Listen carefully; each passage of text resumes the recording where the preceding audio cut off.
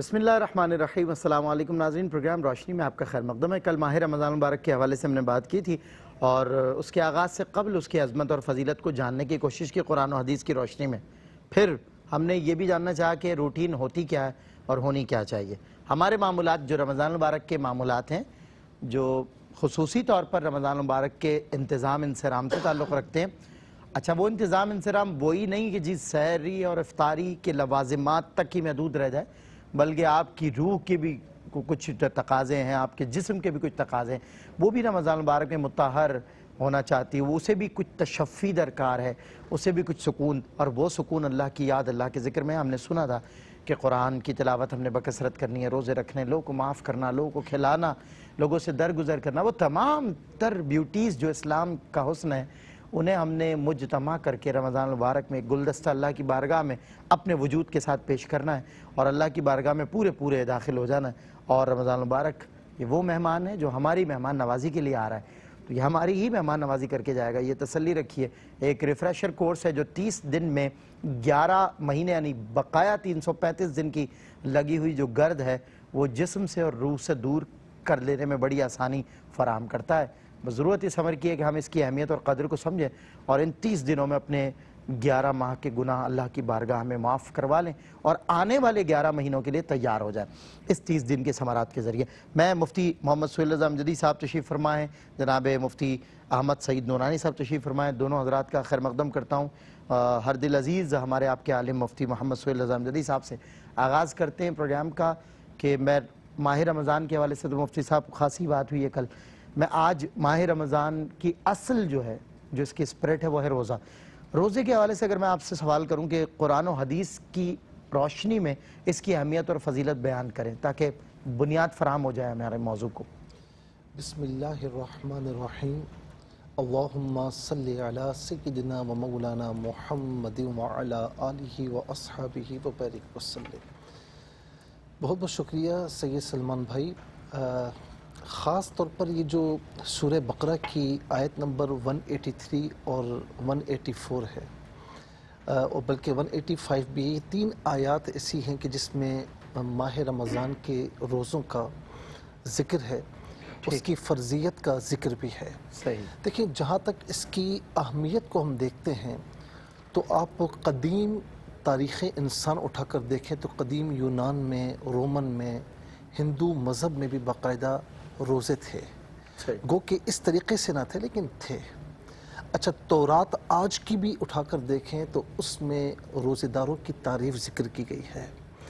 اچھا وہ موسیٰ علیہ السلام کے 40 روزے جو قرآن کریم میں جو ہے وہ ذکر ہے نا کہ میقات 40 لیلہ، یعنی 40 دن کے لیے آپ کو عبادت کا حکم دیا گیا، اس میں یہ بھی کہ روزوں کا حکم دیا گیا۔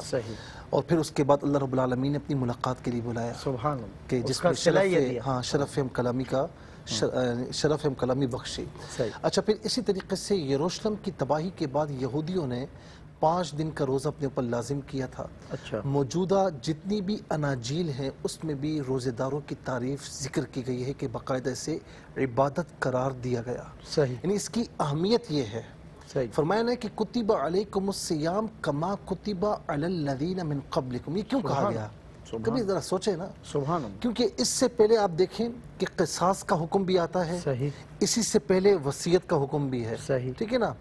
اچھا قصاص میں کیا ہوتا ہے؟ جان جاتی ہے، اور روزے میں کیا ہوتا ہے کہ روح جو ہے زندہ ہوتی ہے، ٹھیک ہے نا۔ اچھا وصیت میں اپنا مال دوسروں کو دینے کا حکم ہے، وصیت میں اپنا مال دوسروں کے حوالے کیا جاتا ہے، لیکن رمضان میں جو روزہ رکھا جاتا ہے نا وہ تو اللہ کی خاطر، یعنی گویا کہ بندے نے اپنے آپ کو اللہ تعالیٰ کے حوالے کر دیا۔ کیا بات، سبحان۔ اچھا روزے کی اہمیت اس سے دیکھیں آپ کہ انبیاء نے روزے رکھے۔ اچھا یہ جو کہا گیا تم سے پہلے بھی روزے فرض تھے، کیوں؟ دیکھیں روزے کی جو فرضیت ہے نا یہ نماز کے بعد ہے، ٹھیک ہے نا، نماز ہے، زکوٰۃ ہے۔ اچھا نماز سب سے آسان ہے کہ اس میں ایک عمل کیا جاتا ہے نا، اٹھ کر آپ اللہ کی بارگاہ میں جھک جائیں وضو کرنے کے بعد۔ اس کے بعد دوسرا مرحلہ ہے زکوٰۃ۔ کسی سے کہے نا نماز پڑھ لے گا، اس سے کہے ذرا مال نکال، یہاں مال نکالنا تھوڑا سا مشقت ہے، آزمائش۔ تو اللہ رب العالمین نے بتدریج پہلے آسان فرض اس کے بعد اس سے تھوڑا مشکل، صحیح، لیکن روزہ بڑا مشکل ہے۔ اس میں آپ کو صرف کھانے پینے سے نہیں رکنا، بلکہ عمل تزویج سے بھی اپنے آپ کو روکنا ہے، اور وہ بھی صبح صادق سے غروب آفتاب تک، فطرتوں کو پاک جی جی۔ اب چونکہ یہ مشقت والا کام تھا نا، بڑا مشکل کام، تو اسی لیے دیکھیں میں آپ سے کہوں کہ سلمان بھائی یہ کام آپ نے کرنا ہے، وہ کام بڑا مشکل ہے۔ آپ دیکھا مجھ سے کوئی اور نہیں ملا تھا، یہ سارے گھوم رہے ہیں، صحیح بات، یہ سارے گھوم رہے ہیں، یہ تو یہ کام نہیں کر رہے، مجھے ہی آپ نے کہا، صحیح بات، لیکن وہ سارے وہی کام کر رہے ہوں، اور میں آپ سے کہوں کہ یار یہ ذرا کام کرنا ہے، تو آپ ہچکچائیں گے نہیں، کہیں گے بھائی سب کر رہے ہیں تو میں بھی کروں گا۔ صحیح بات، تو اسی لیے فرمایا کہ تم اکیلے روزے رکھنے والے نہیں ہو، صحیح، تم سے پچھلی امتوں پر بھی فرض تھے، واہ، تو لہٰذا یہ اپنے اوپر بار نہ سمجھنا، یہ نہیں سمجھنا کہ صرف تم ہو، اللہ نے سب کو، لیکن اس حوالے سے صرف تم ہو، اس حوالے سے صرف تم نہیں ہو، سب پر لازم تھے، لیکن اس حوالے سے صرف تم ہو کہ جس انداز سے، جتنے فضائل، جتنی انوار و تجلیات کے ساتھ اور ماہ رمضان تمہیں عطا فرمایا گیا، اس طرح ان کیفیات کے ساتھ کسی اور امت کو عطا نہیں فرمایا گیا۔ اور اس کا مقصد کیا ہے؟ لعلکم تتقون، تاکہ تم تقوی پرہیزگاری اختیار کرو۔ باقی جتنی عبادات دیکھ لیں، نماز، زکوٰۃ، حج، جو ہمارے پلرز ہیں، بالکل یہ کسی کام کو کرنے کا نام ہے، صحیح، عمل کو کرنے کا نام ہے، لیکن روزہ واحد ایسی عبادت ہے کہ عمل نہ کرنے کا نام ہے۔ کیا بات، یعنی کہ حلال چیزوں سے بھی نہیں کھانا، جو ہے مشروب نہیں پینا، پانی نہیں پینا، شربت نہیں پینا، صحیح بات، اسی طریقے سے عمل تزویج نہیں کرنا، اپنے آپ کو روکنا۔ باقی عبادات میں ریاکاری کا عنصر بدرجہ اولا شامل رہتا ہے، صحیح، لیکن اس روزے میں، روزہ ایک ایسا عمل ہے کہ اس میں کہیں پر بھی ریاکاری کا عنصر شامل نہیں ہوتا، کیونکہ یہ کام نہ کرنے کا نام ہے۔ بالکل، اور اسی ضمن میں ایک حدیث پاک میں پڑھوں گا کہ جس میں آپ دیکھیں کتب علیکم الصیام فمن شہد منکم الشہر فلیصم، یہ تو فرض ہے بالکل، ٹھیک ہے۔ اچھا، اب یہاں پر آپ دیکھیں کہ حدیث پاک میں ہے کہ 5 چیزیں ایسی ہیں جو اللہ تبارک و تعالیٰ نے کسی اور امت کو عطا فرمائی ہی نہیں۔ اچھا، جی جی، وہ کیا ہے؟ کسی اور کو عطا نہیں فرمائی گئی، صحیح، وہ کیا ہے؟ اچھا، نمبر 1، جو روزے دار ہوتا ہے نا، اس پر اللہ تبارک و تعالیٰ نظر رحمت ڈالتا ہے، سبحان اللہ، اللہ کی نظر میں ہوتا ہے، اور جس پر اللہ تعالیٰ ایک مرتبہ نظر رحمت ڈالے نا، اسے جہنم کی آگ نہیں چھوڑتا۔ کیا بات، بالکل ایسا۔ نمبر 2، نمبر 2، ہمیں خود اسمیل آ رہی ہوتی ہے اگر مسواک وغیرہ نہ کریں، لیکن اللہ رب العالمین کے نزدیک وہ اسمیل بدبو نہیں ہوتی، وہ مشک سے زیادہ اچھی خوشبو ہوتی ہے۔ نمبر 3، اللہ تعالیٰ کے ملائکہ مقربین اس کی بارگاہ میں ہمارے لیے استغفار کرتے ہیں۔ اللہ اکبر۔ نمبر 4، جنت سے کہا جاتا ہے مستعد ہو جا، میرا بندہ تھکے گا نا، تجھ میں آ کر آرام کرے گا۔ اور نمبر 5، کیا اچھی بات، آخری رات میں اللہ رب العالمین سب کی مغفرت فرماتا ہے۔ فرشتے کہتے ہیں کہ یہ کون سی شب قدر کی رات، شب قدر ہے، تو فرمایا نہیں، یہ مزدور کی مزدوری ملنے کی رات ہے۔ سبحان اللہ۔ صاحب، آپ کبھی کبھی کوئی ایک جملہ ایسا اللہ کی طرف سے بندوں تک پہنچا دیتے کہ رونگٹے کھڑے کر دیتا، اور جب آپ نے فرمایا نا کہ میرا بندہ تھک جائے، تھکتا ہے انسان روزہ رکھ کر، اس میں کوئی، اور خیر ان کی تو کیا ہی بات ہے، بخدا جو 24 گھنٹے میں راؤنڈ دا کلاک جو مفتی محمد صلی اللہ علیہ وسلم صاحب کو رمضان میں جتنی مصروفیت دیکھتا ہوں، بخدا میں ان سے کہتا ہوں کہ یہ گو کہ ہم بھی بڑے انرجیٹک ہوتے ہیں، یہ بڑی ہمیں حوصلہ بڑھاتے ہیں، مگر اتنی انرجی جتنی اللہ تعالیٰ ان کو نظر بد سے بچائے، صبح سے لے کر اگلی صبح تک یہ مصروف رہتے ہیں، بمشکل ان کو 4 گھنٹے نیند کے لیے میسر آتے ہیں، وہ بھی کبھی نہیں ہوتے، میں دیکھا صبح 10 بجے تک یہ پڑھ رہے ہوتے ہیں، قرآن مجید تراویح بھی پڑھاتے ہیں، جماعت بھی کرتے ہیں، مدرسے کو بھی دیکھتے ہیں، اے آر وی ڈیجیٹل میں بھی ہوتے ہیں، اے are we Q T V میں بھی ہوتے ہیں، اللہ صبح قرآن مجید کا دہر بھی کرتے ہیں۔ اللہ تعالیٰ ان کے صدقے، ان لوگوں کے صدقے اللہ تعالیٰ ہماری بھی مغفرت فرمائے۔ میں جناب مفتی احمد سعید نورانی صاحب کی طرف بڑھتا ہوں۔ حضور، روزے کے فوائد اور جو اثرات و نتائج ہیں، میں چاہتا ہوں اس پر کچھ آپ روشنی ڈالیں تاکہ لوگوں کو مزید ترغیب ملے۔ آنے سے پہلے دیکھیں کتنا اچھا موضوع ہے کہ آپ مفتی صاحب قبلہ ہم لوگوں کو ترغیب دلا رہے ہیں کہ دیکھو رمضان آ رہا ہے، تیار ہو جاؤ، خوشیوں والا مہینہ، برکتوں والا، رحمتوں والا، اللہ کی بارگاہ میں پیش ہونے والا، اس کے فوائد بتائیں روزے۔ الحمدللہ رب العالمین والصلاة والسلام علی سید الانبیاء والمرسلین، اما بعد، فاعوذ باللہ من الشیطان الرجیم، بسم اللہ الرحمن الرحیم۔ الحمدللہ، رمضان المبارک میں روزہ رکھنا اللہ رب العالمین کے ہاں اس قدر مقدس عبادت ہے اور اس قدر قابل ثواب عمل ہے کہ ایمان باللہ اور ایمان بالرسالت کے بعد وہ جو دین کے بنیادی اجزاء ہیں، اللہ رب العالمین نے نماز کے ثواب کا بھی ارشاد فرما دیا، حج بیت اللہ کے ثواب کا بھی ارشاد فرما دیا، زکوٰۃ کے ثواب کا بھی ارشاد فرما دیا، لیکن جب روزے کی باری آئی نا تو اللہ نے فرمایا کہ الصوم لی وانا اجزی بہ، فرمایا کہ روزہ پھر میرے لیے ہے اور اس کا اجر پھر میں اپنی شایان شان ہی عطا فرماؤں گا۔ اور اللہ رب العالمین جب اپنی شایان شان عطا فرمائے گا پھر تو کیا کمال ہوگی، یعنی کہ انسان تصور بھی نہیں کر سکتا کہ اللہ رب العالمین اس بندے کو کس قدر اجر عطا فرمائے گا۔ قرآن مجید فرقان حمید میں اللہ رب العالمین نے جیسا کہ مصعب قبلہ ارشاد فرماتے ہیں، روزہ کے حوالے سے ارشاد فرمایا، اسی طرح نبی کریم صلی اللہ علیہ وسلم نے روزے کی فضیلت کے حوالے سے اور روزے کے فوائد کے حوالے سے ارشاد فرمایا، جن کو اگر تقسیم کیا جائے تو کچھ فوائد ایسے ہیں جن کا تعلق دنیا کے ساتھ ہے اور کچھ فوائد ایسے ہیں جو انسان کو آخرت میں عطا کیے جائیں گے۔ اگر دنیا میں روزے کی فضیلت کے حوالے سے دیکھا جائے تو روزہ رکھنے کے سبب انسان کو ایک تو فقراء، غربا، یتامہ، مساکین جو ہیں ان کی تنگ دستی کی کیفیت کا اندازہ ہوتا ہے۔ جب بندہ بھوک برداشت کرتا ہے، جب پیاس برداشت کرتا ہے تو احساس ہوتا ہے کہ جو غریب ہیں، یتیم ہیں، مسکین ہیں، ان کی مدد کرنے کے لیے ہمیں آگے بڑھنا ہوگا کیونکہ وہ کس قدر حاجت مند ہے۔ بالکل صحیح۔ میں مفتی صاحب اسے کمپلیٹ کرتا ہوں، بریک کے بعد دنیا کے جو فوائد ہیں اس پر آپ کلام کر رہے ہیں، اس کے بعد اخروی نتائج اور مزید فوائد کی طرف انشاءاللہ بریک کے بعد بات کرتے ہیں مفتی احمد سعید نورانی صاحب سے۔ جی خوش آمدید، ایک مرتبہ پھر آپ کا خیر مقدم ہے۔ آج روشنی میں روزے پر بات کرنا چاہی میں نے اور اس کا آغاز کیا اور وہی کر رہا ہوں۔ مفتی محمد سہیل اعظم امجدی صاحب نے بنیاد اور اساس فراہم کی اس موضوع کو، اور مفتی احمد سعید نورانی صاحب اس کے دنیاوی اور اخروی فوائد کی طرف تھے تو وقفہ حائل ہوا، میں اسی طرف آپ کو جوڑتا ہوں۔ جی مفتی صاحب۔ جی، جیسا کہ روزہ رکھنے کی وجہ سے انسان کے اندر کیفیت ایک اجاگر ہوتی ہے کہ دوسروں کا احساس کیا جا سکے۔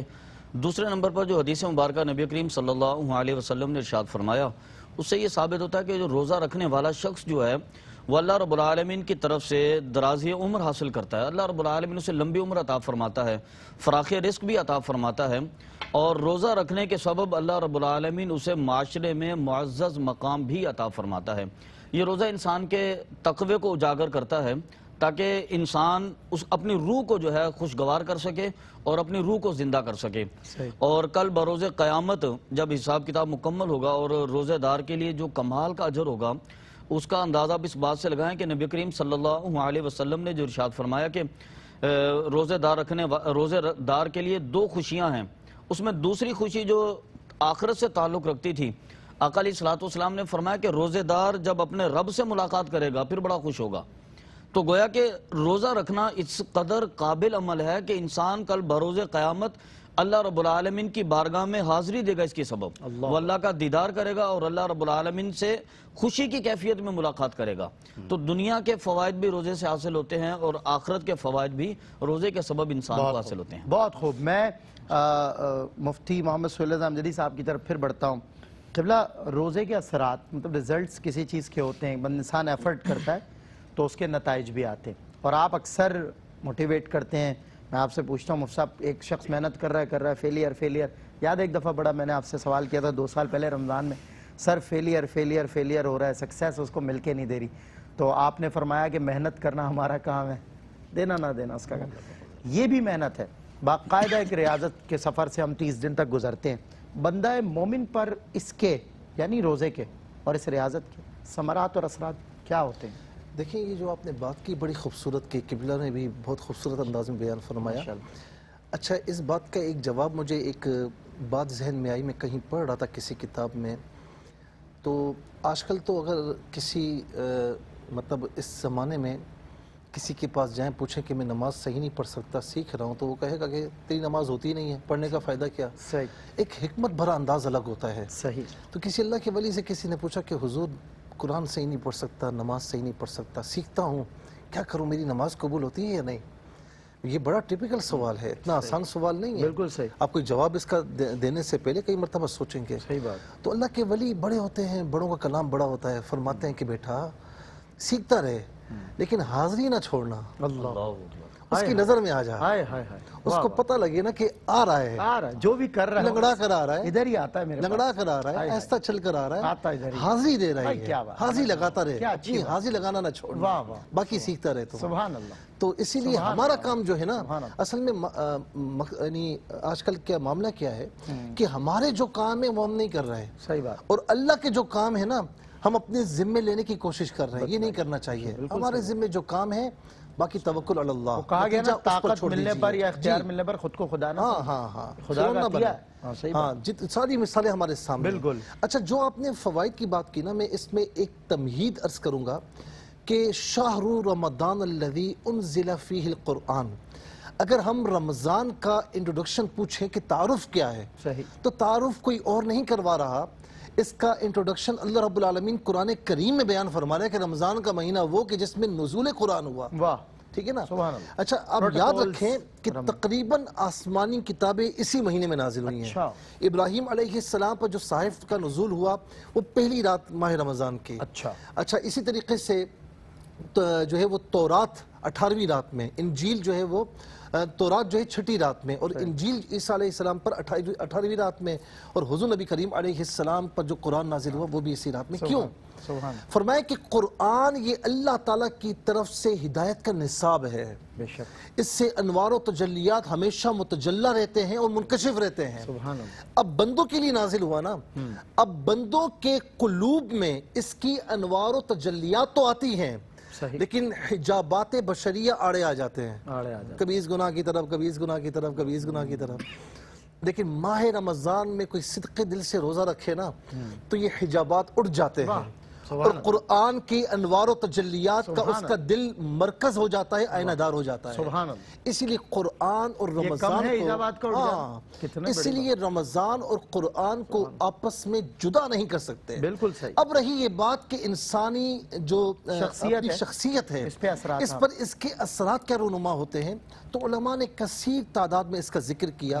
سب سے پہلی بات فرمایا کہ جب بندہ بھوکا پیاسا ہوتا ہے تو شہوانی لذات اس میں کمی آتی ہے، حیوانی قوت کم ہو جاتی ہے، اور جب یہ چیزیں کم ہو جائیں تو روحانیت میں اضافہ ہو جاتا ہے۔ بالکل صحیح بات، یہ شخصیت میں ہوتا ہے، ایسا ہی ہوتا ہے، میں آپ کی شخصیت کی بات کر رہا ہوں، ٹھیک ہے؟ وہی، اسی طریقے سے فرمایا کہ بعض اوقات روزہ دار اللہ تعالیٰ کی صفت صمدیت کے ساتھ متصف ہو جاتا ہے، اور بعض لمحات میں اس کا حال یہ ہوتا ہے، اس کا جو مقام اور مرتبہ وہ ہو جاتا ہے جو کہ ملائکہ مقربین کا ہوتا ہے، ان کی مانند ہو جاتا ہے۔ سبحان اللہ، اور فرمایا کہ مشقت، مصائب، تکلیفیں، پریشانیاں، اس سے بڑی پریشانی کیا ہے کہ پانی سامنے پڑا ہے نہیں پی سکتے، غذا سامنے رکھی نہیں کھا سکتے، اس سے بڑی مشکل، صحیح کچھ بھی کر سکتے ہیں، ہاں مطلب یہ جلوت میں نہیں صرف، ارے کسی بچے کو، روزے دار بچے کو آپ اکیلے روم میں لے جائیں، بیٹا یہ 100 روپے بلکہ 1000 روپے رکھ، پانی پی لے، کبھی نہیں پیے گا، کہے گا اللہ دیکھ رہا ہے۔ میں نے کہا نا کہ روزہ نہ کرنے کا نام ہے، ٹھیک ہے نا؟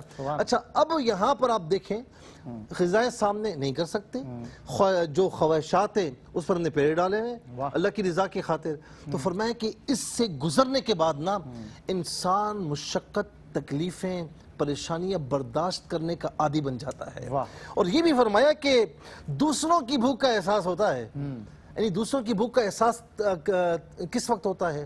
جب خود نے بھوک محسوس کی ہو، خود نے پیاس محسوس کی ہو، ہاں تو دوسروں کی تکلیف کا احساس ہونا شروع ہو جاتا ہے۔ فرمایا کہ گناہوں کے ارتکاب سے محفوظ رہ جاتا ہے، ٹھیک ہے؟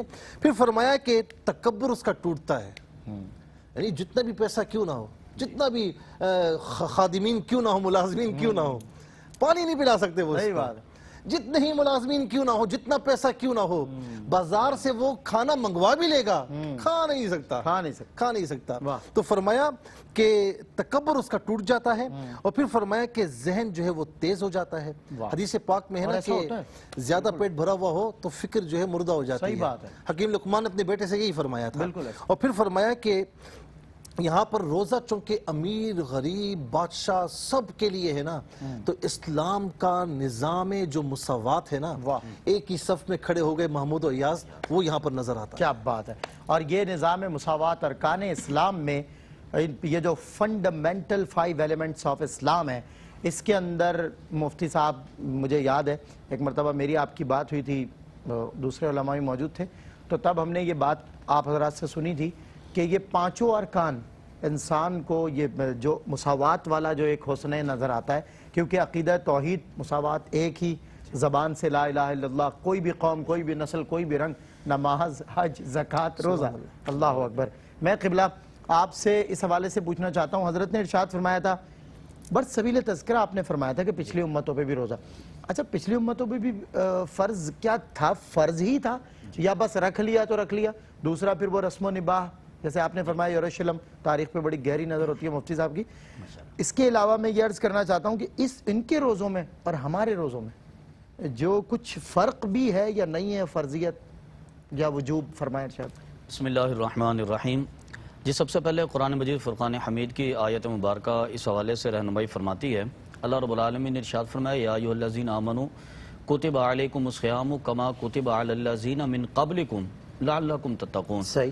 فرمایا کہ تم پر روزے اسی طرح فرض کیے گئے ہیں جس طرح تم سے ماضی کی پہلے والی امتوں پر فرض کیے گئے تھے۔ پھر آگے اللہ رب العالمین نے اس کا مقصود جو تھا وہ ذکر کیا، لعلکم تتقون، تمہیں متقی بنانا مقصود تھا۔ صحیح۔ اگر اس آیت مبارکہ کو مختلف تفسیروں میں دیکھتے ہیں تو تفسیر خازن کی طرف اگر چلیں تو وہاں پر حضرت ارشاد فرماتے ہیں کہ حضرت آدم علیہ السلام کے زمانے سے لے کر حضرت عیسیٰ علیہ السلام کے زمانے تک تقریباً کم و بیش ہر امت پر روزہ فرض کیا گیا تھا۔ صحیح۔ حضرت آدم علیہ السلام وہ بھی روزے رکھا کرتے تھے، لیکن حضرت آدم علیہ السلام کے ہاں روزے کی فرضیت یہ تھی کہ وہ ایام 20 کے روزے رکھتے تھے، 13 کا، 14 تاریخ کا، 15 تاریخ کا، پھر وہ ہر مہینے کے پہلی تاریخ کو بھی روزہ رکھتے تھے۔ اسی طرح حضرت موسیٰ علیہ السلام کی امت کے حوالے سے جو آتا ہے، حضرت موسیٰ علیہ السلام کے ہاں 10 محرم الحرام کا روزہ رکھا جاتا تھا، اور پھر اسی طرح یہودیت کے اندر ہر ہفتے کی یعنی کہ پورے ہفتے کے پہلے دن یعنی کہ سیٹرڈے کا روزہ ان کے ہاں مقدر تھا، وہ لوگ روزہ رکھا کرتے تھے۔ اسی طرح آگے چل کر تاریخ میں یہ بات بھی ثابت ہے کہ حضرت موسیٰ علیہ السلام کے بعد ان کی قوم جو ہے وہ 10 محرم الحرام کا روزہ رکھتی تھی، اور اس کا مقصود ان کے ہاں یہ ہوتا تھا کہ اس دن اللہ تبارک و تعالی نے انہیں فرعون کے مظالم سے نجات عطا فرمائی تھی، تو اس لیے بھی روزہ رکھتے تھے۔ صحیح۔ تو الغرض کے گزشتہ امتوں یعنی میں بطور شکرانہ بھی روایت رہی۔ گزشتہ امتوں میں روزہ پایا تو جاتا تھا، لیکن ان کے مختلف طریقے ہوتے تھے۔ صحیح۔ ان کے ہاں بطور شکرانہ بھی ہوتا تھا، کبھی بطور کفارہ بھی ہوتا تھا، بطور توبہ بھی۔ یہودیت اور عیسائیت میں توبہ کرنے کے لیے روزہ رکھنا پڑتا تھا، یعنی ایک عمل ایسا تھا جو رب کے حضور توبہ بھی دلا دیتا تھا، شکر بھی، قبول، اور نہ جانے کتنی شکلوں میں قبولیت کے یہ منازل ہوتے تھے۔ لیکن اس امت مسلمہ کے لیے جو روزے کی کیفیت ہے اسے یکسر تبدیل کر دیا گیا، وہاں پر فقط کفارہ بھی ہے، وہاں پر توبہ بھی ہے، وہاں پر شکرانہ بھی ہے، یہاں پر لعلکم تتقون کا فلسفہ دے کر ان کو بتایا گیا، فرمایا کہ تمہارا روزہ تمہارے روحانی درجات کو بلند فرمائے گا۔ یہ اللہ رب العالمین ہمیں کمال عطا کیا۔ سبحان اللہ۔ مطلب رب تعالیٰ نے ساری چیزیں ہم میں جمع ہو گئی، جمع فرما دی، یعنی کہ ہمیں توبہ بھی نصیب کرے گا، ہمیں تقوی اور پرہیزگاری کی طرف بھی لائے گا، بصورت شکرانہ بھی اللہ کی بارگاہ میں قبول کیا جائے گا، اور تم پر جو حضرت اثرات بتا رہے تھے اور آپ نے ارشاد فرمایا لعلکم تتقون، تم پر جو اس کے ریزلٹس آئیں گے وہ بھی کمال کے ہوں گے۔ میں تو کہتا ہوں اکثر کہ خطا کے سامنے یا رب عطا کا ذکر ہی کیا، کہ تو عطا کے لیے ہے، بشر خطا کے لیے، لیکن خدا کی قسم اگر انسان ماہ رمضان، ماہ صیام، ان 30 دنوں تک پنکچول ہو جائے، پابندی کے ساتھ رب کے حضور تمام تر فرائض اور امور جو رمضان المبارک کے لوازمات اضافی بھی جو آپ کو مطہر کرتے ہیں، مشفع کرتے ہیں، اگر ان کے ساتھ بندہ پارٹیسپیٹ کرے تو پچھلے 11 مہینوں کی بھی گرد اس سے ہٹا دی جاتی ہے، اور اگلے 11 مہینوں کے لیے بھی اسے تیار کر دیا جاتا ہے۔ یہ تو باخدا یہ تجربے والی بات ہے، کئی دن تک اس کے اثرات رہتے ہیں، اور اس کے آنے سے پہلے بھی اس کی خوشبوئیں آنا شروع ہو جاتی ہیں۔ رمضان آ رہا ہے، خوشبوئیں آ رہی ہیں۔ میں نے تو عہد تو کیا ہے بتقاضۂ بشریت، شاید اس میں ہمیشہ کی طرح ہم کم رہ جائیں، عہد کیا ہے کہ اس رمضان بھی اللہ رب العزت کے حضور پورے کے پورے پیش ہونا ہے۔ آپ بھی عہد کیجئے، بریک کے بعد ہوتی ہے ملاقات۔ جی ناظرین اکرام، ایک مرتبہ پھر آپ کا خیر مقدم ہے۔ رمضان المبارک آ رہا ہے اور ہم رمضان المبارک کی تیاری 4-5 دن رہ گئے ہیں بس، اب ہم رمضان المبارک میں داخل ہونے والے ہیں، اس کے روزے بھی رکھیں گے، اللہ کے حضور سر و سجود بھی ہوں گے، اور یہی ہے رمضان کا حسن۔ میں ایک دفعہ میں نے سیلیبریشن کہا تھا، ایک مفتی صاحب یہاں بیٹھے ہوئے تھے، ذرا سا انہوں نے ناراض بھی ہو گئے کہ جی سیلیبریشن تو کچھ، میں نے کہا قبلہ آپ کی نظر میں سیلیبریشن کچھ اور ہوگا، ہماری نظر میں تو یہ ہمارا ایونچوئل اسپریچول سیلیبریشن ہے کہ جب ہم روزہ رکھ رہے ہوتے ہیں، اللہ اکبر، وضو کے قطرے گر رہے ہوتے ہیں, لوگ ایسے اجلے ہو کے اللہ کی بارگاہ میں آ رہے ہیں. تو یہ بہرحال ایک شکل ہے سیلیبریشن کی. اور صاحب ارشاد فرمائیے گا, لوگ معذرت کے ساتھ ذرا سی بات سامنے رکھتے ہیں آپ کے میرے اور کہتے ہیں اس وجہ سے روزہ نہیں رکھا, ترک کرتے ہیں روزے. یہ جو ترک کرنے والے ہیں روزے, ان کے لیے کیا وعید آئی ہے؟ دیکھیں اس میں تھوڑا میں تمہیداً یہ عرض کروں گا کہ اللہ رب جس طرح ماں اپنے بچے کو کہتی ہے نا کہ بیٹا تھوڑا سا کر لے, تھوڑا سا محنت کر لے پھر کامیاب ہو.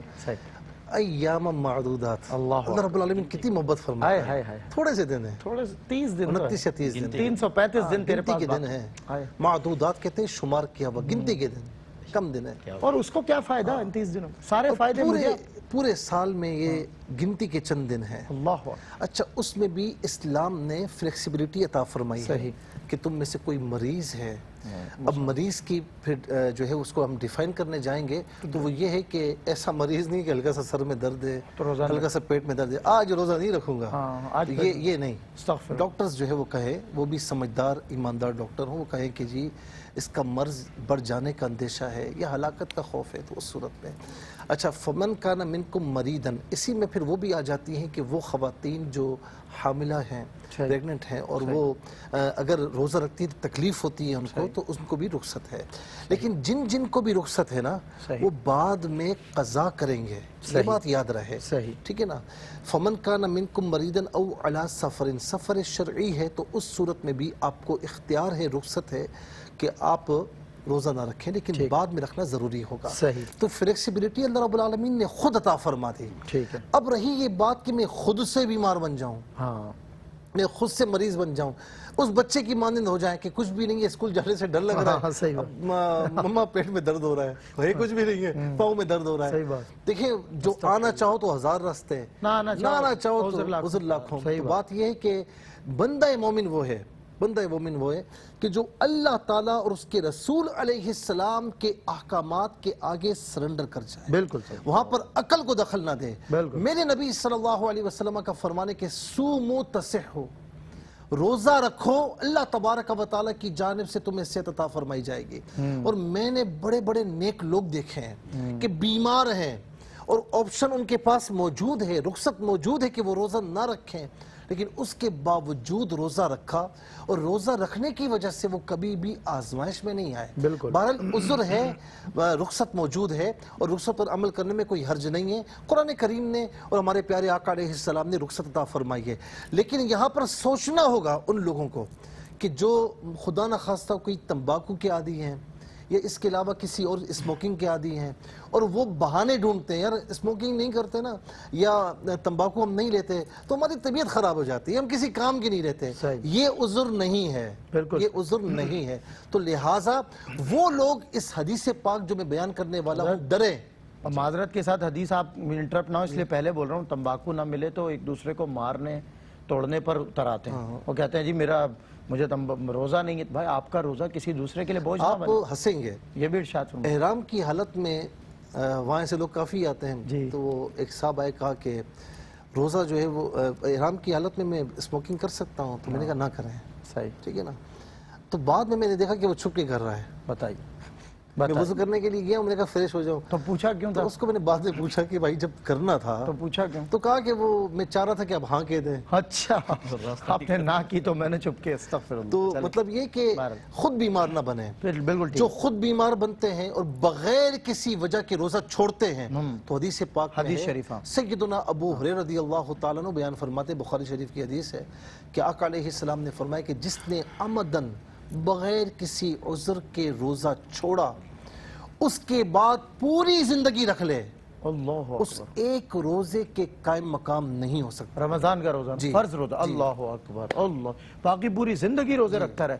یہ ناظرین میرا خیال ہے کہ یہ بات اس سے بڑی کوئی بات ہو ہی نہیں سکتی. اور پھر میں ایک جملہ کہوں گا, جی فرمائیں, کہ جتنی رحمتیں برکتیں قبلہ صاحب نے میں نے بتائی ہیں کہ اللہ تعالیٰ کی نظر رحمت, گناہوں سے دوری, گناہوں کا کفارہ, اور روزہ ایک رکھا ہے تو کوا جو ہے بچپن کی حالت میں اڑا اور اڑتے اڑتے بوڑھا ہو کر مر جائے, یا ایک گھڑ سوار جو ہے وہ 100 سال تک دوڑتا رہتا جہنم سے دور, یہ ساری رحمتوں سے اللہ تبارک و تعالیٰ سے محروم فرما دیتا ہے. اللہ, تو ایسے کسی کام کا نہیں رہتا. اس کے ساتھ ہی مصعب مختصر سا 2 جملوں کا ایک پیغام بھی شامل کر دیں, پھر میں حضرت سے پیغام میں یہ دینا چاہوں گا کہ اگر میں آپ سے پوچھوں کہ ماہ رمضان کی تیاری کر لی، آپ کہیں گے کر لی، ٹھیک ہے نا؟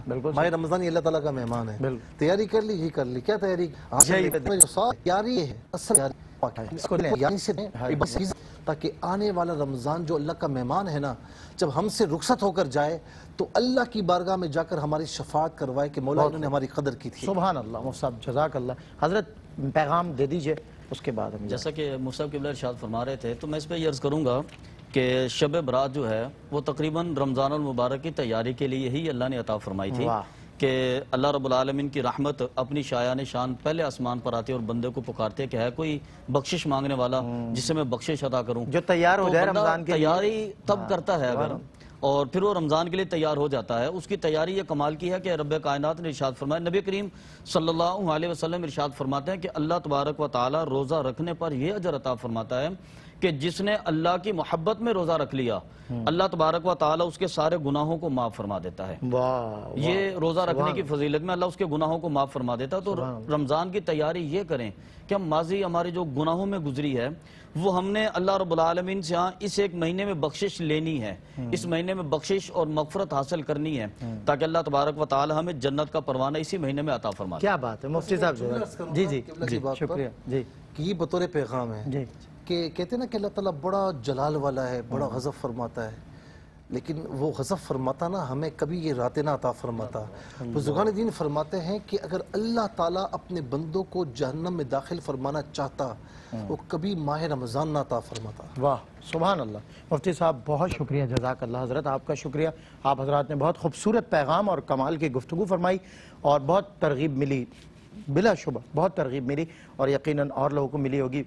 ایک سوال میرے بھائیوں بہنوں، وہ میں پیغام میں اکثر سوال ہی کرتا ہوں، میں اکثر لوگوں سے کہتا ہوں مجھے پہنچانا ہے سب کو سوالوں سے، سوالوں تک، جوابوں سے میں کم عقلوں کو بہلانے نہیں آیا۔ اس کے اندر پیغام پوشیدہ ہوتا ہے، کیونکہ اکثر جواب دینے سے بات بڑھتی ہے، اور میں آپ کو سوال سے سوال تک کا سفر کروانا چاہتا ہوں۔ ہم کیوں ایسے ہو گئے کہ بنا مشقت کے، بنا محنت کے ہم سب کچھ پا لینا چاہتے ہیں؟ کام نہیں کرنا، تنخواہ پوری لینی ہے، محنت نہیں کرنی، بونسز پورے آنے چاہیے، ریزلٹس پورے آنے۔ میں گھر بیٹھے بیٹھے کیوں ارب پتی بننے کے سپنے دیکھتا رہتا ہوں؟ میں نے کیوں محنت چھوڑ دی؟ رمضان مبارک 30 دن ہے، ابھی حضرت فرما رہے تھے مفتی صاحب، اور چند دن کا مہمان ہے، چند دنوں کے لیے آئے، 11 مہینے کی روزی آپ کو دے کر جائے گا، 11 مہینے کی۔ اور یہ صرف وہ روزی نہیں ہے جو بظاہر مال ہے، آپ کی آخرت کی روزی، دنیا کی روزی، دنیا کی کھیتی آپ کی ہری بھری کر دے گا، آخرت میں آپ کے محلات روشن ہوں گے۔ سب سے بڑی بات، آپ کی روح جو بھوکی اور پیاسی 11 مہینے سے ہے، اسے 30 دن میں کھانا ملتا ہے بھوکا رہ کر۔ یاد رکھیے گا، اگر if you want to feed your spirit تو آپ کو یہ 30 دن اللہ کے حکم کی پاسداری لاتے ہوئے کھانا پینا چھوڑنا ہوگا، کیونکہ یہ روح کی غذا ہے۔ روح کی غذا کھانا پینا نہیں ہے، یہ جسم کی غذا ہے، اور یہ 11 مہینے آپ لیتے ہیں، 11 مہینے تک آپ کی روح بھوکی پیاسی بیٹھی رہتی ہے۔ اب اس روح کو بھی کچھ غذا دینے کا وقت ہے، 30 دن اس روح کی آبیاری کریں، اسے غذا دیں تاکہ یہ توانا ہو کر آپ کے جسم کو اگلے 11 مہینے کے لیے تیار کرے۔ ہر لحظہ ہے مومن کی نئی شان، نئی آن، گفتار میں، کردار میں اللہ کی برہان۔